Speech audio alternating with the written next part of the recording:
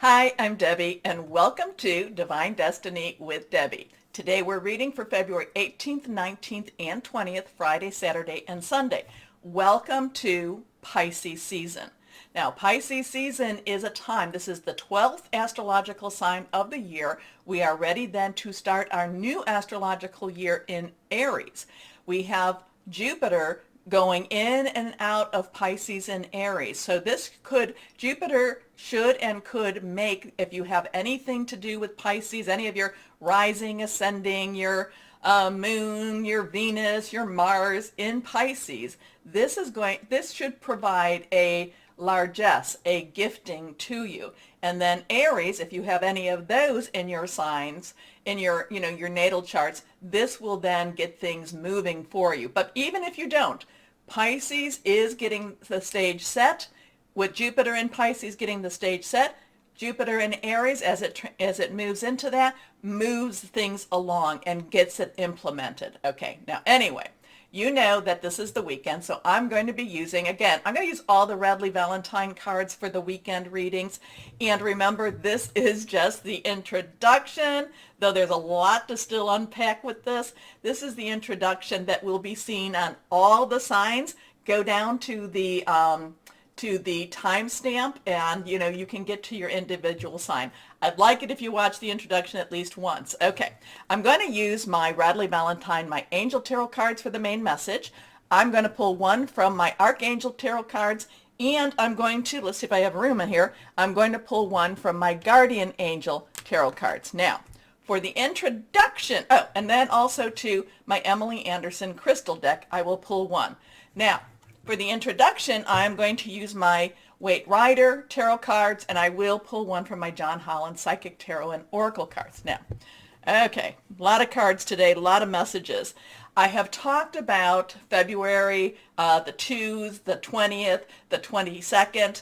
I've talked about Pluto being in Capricorn on the 20th. That has something to do, the last time it was here was on July 4th, 1776 in the United States chart. A big day.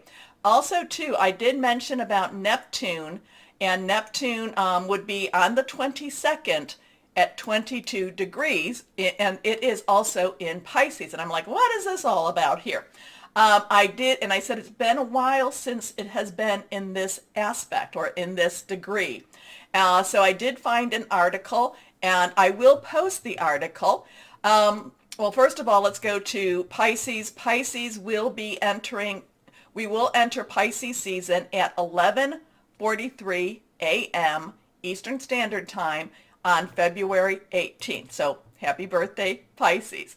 Now, the energies or the thing about this Neptune, I found an article, and it's astrostyle.com/American-revolution-astrology. So that in itself has a little bit like, what's going on with that?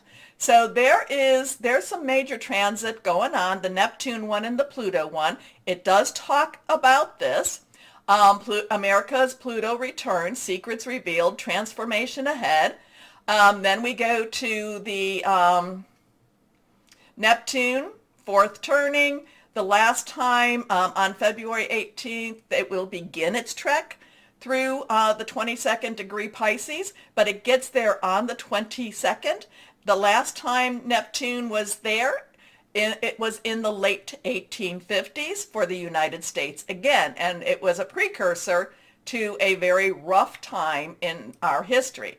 The thing about this, though, I really wanted to kind of go, and I'm reading this, so I'm sorry that I'm looking up, but, they talk about the divination. Again, this is astrostyle.com/American-revolution-astrology, and then / Okay. So, and I will post this in Facebook and on my community page with YouTube. So they talk about 22 as a master number, adds up to 4. That is prominent in astrology and prophecy. And basically, it's the 2/22/22 is a pivotal date. That Neptune is very prophetic as it reaches 22 degrees on Pisces.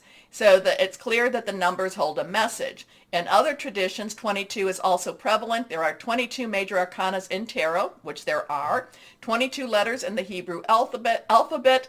In biblical scripture, 22 is the number of revelation. Now, I have been talking, and I know, you make you crazy with this, but Saturn in Aquarius is about illusion versus reality. Okay, so things could be coming out.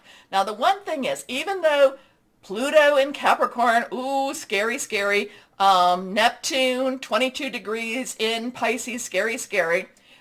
We do feel all these energies going on. We feel a lot of this stuff going on.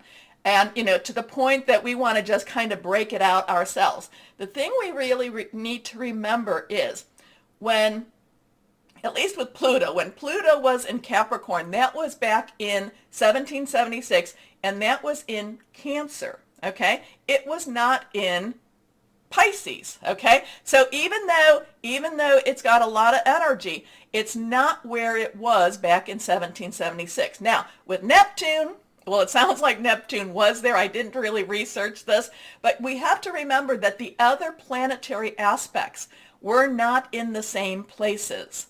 So there's a lot of other influences happening. So just be really aware of that.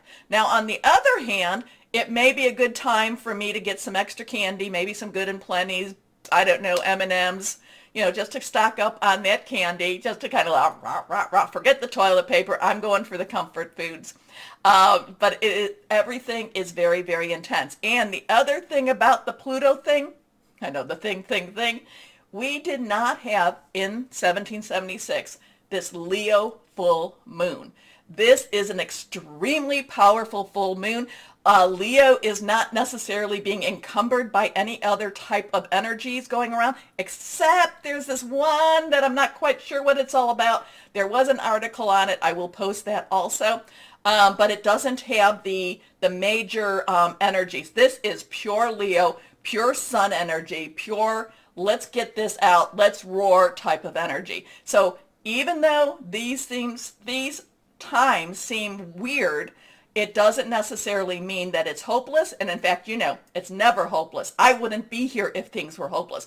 In fact, this is taking a situation that we had back at another time and put it into a new environment. And I have to tell you, I feel we are much, much, much stronger now than we were even back then. Now, the other thing too is, if you've been watching my Facebook page, I have been talking about star seeds. Well, I've been posting memes about star seeds, and I don't know, star seeds, angelic incarnations, there's a lot of different places, different ways to view this.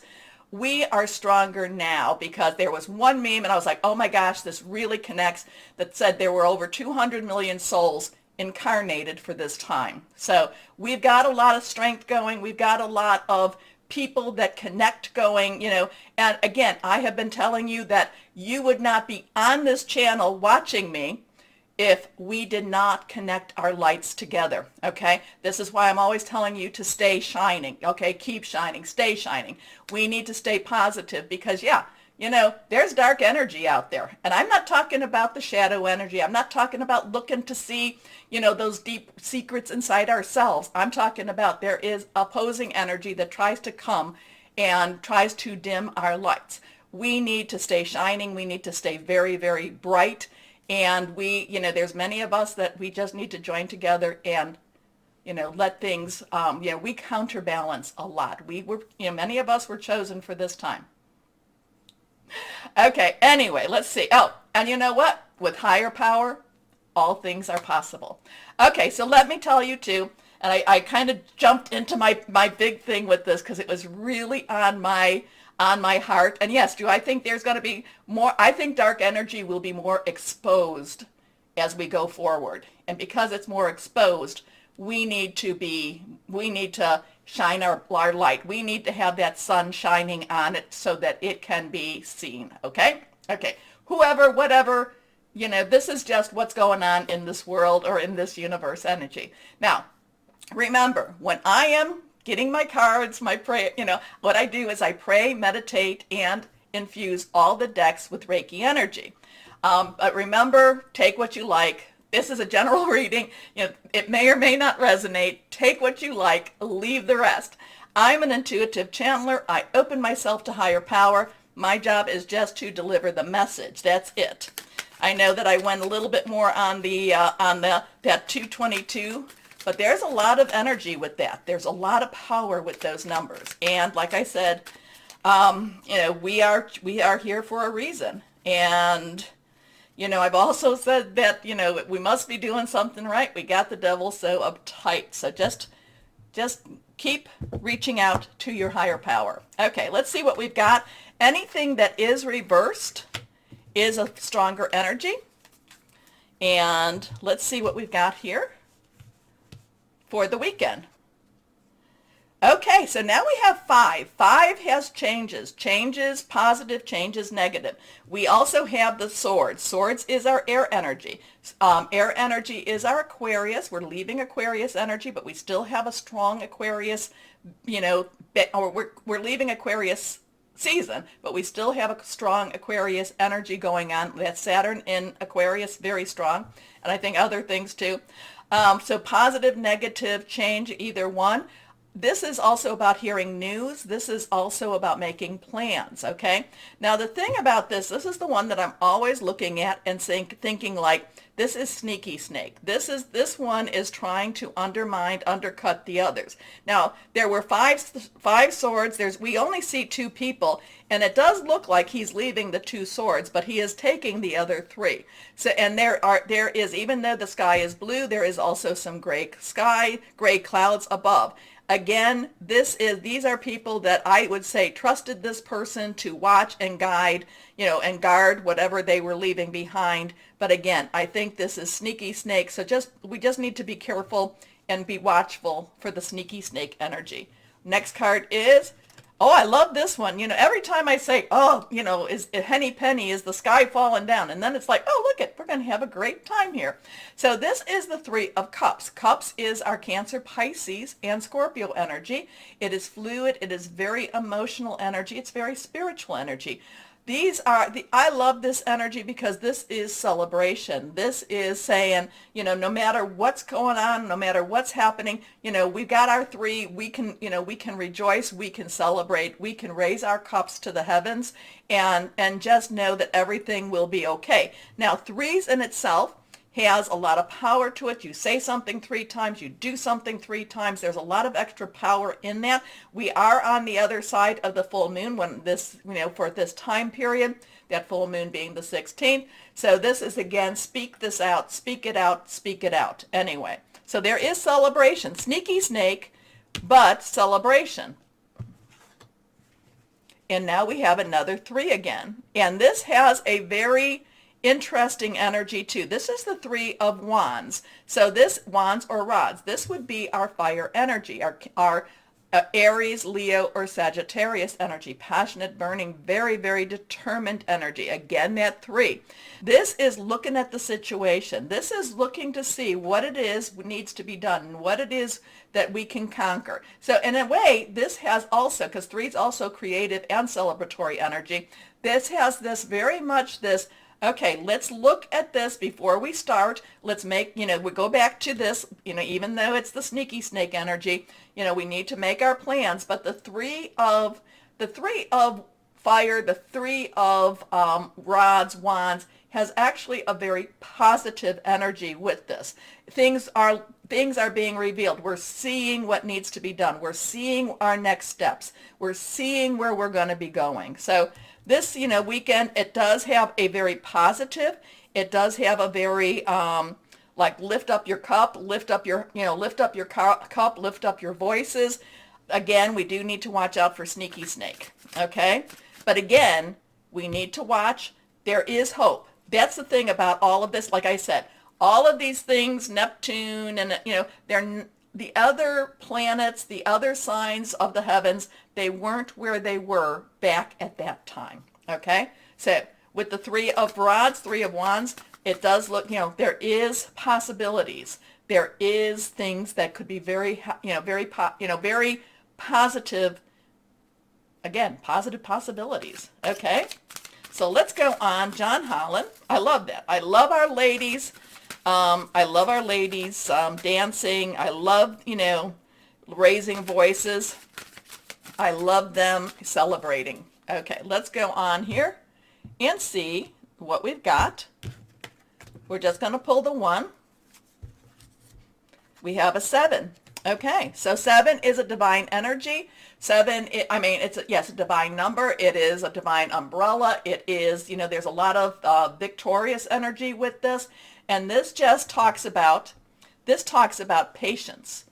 Be patient. Things are happening. Things are, again, look over the situation.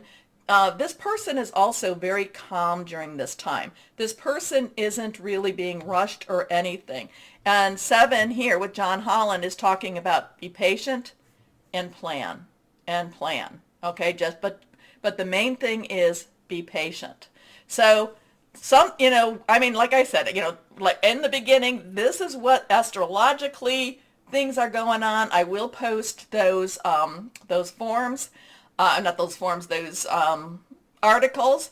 But this weekend, again, Sneaky Snake, there is a lot of celebratory type of energy around here.